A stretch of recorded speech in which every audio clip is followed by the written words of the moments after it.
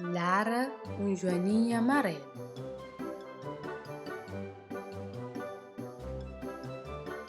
Joaninha e Lara eram um inseto especial. Diferente de seus amigos, Lara tinha asas amarelas. Estudo gostava de ser asas amarelas.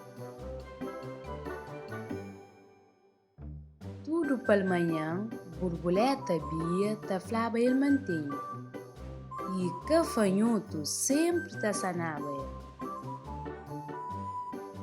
Dissesse que a aranha que gosta de reclama ta ficava contente de olhar. Na escola, ele tinha tio amigo. Mas Lara queria serba igual que o outro Joaninha. Ele te chorava e te falava.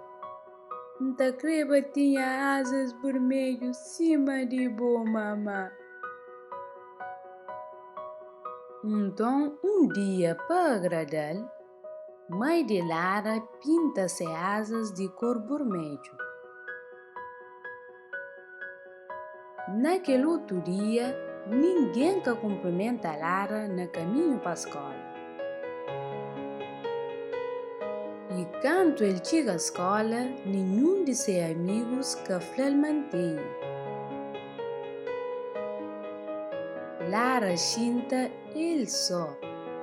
Ninguém que repara se novo asas vermelho. De que professora minha reparou e falou: "Bu pinta bu asas amarelo de cor vermelho. Mas para onde? O asas amarelo era bonito." Colegas de classe de Lara ficam espantados. Eles falam: o asas era especial. Eles era único. E difícil achar asas amarelas cima de boa. Professora minha falou: Lara, é bu asas amarelo que te fazeu ser especial, cima pinta de Samuel e pernas de Samantha. Quando Lara volta para casa, ele dura de tomar banho. Lara esfrega de que se asas amarelo fica te brilha. Lara pensa: nunca mais te pinta em asas.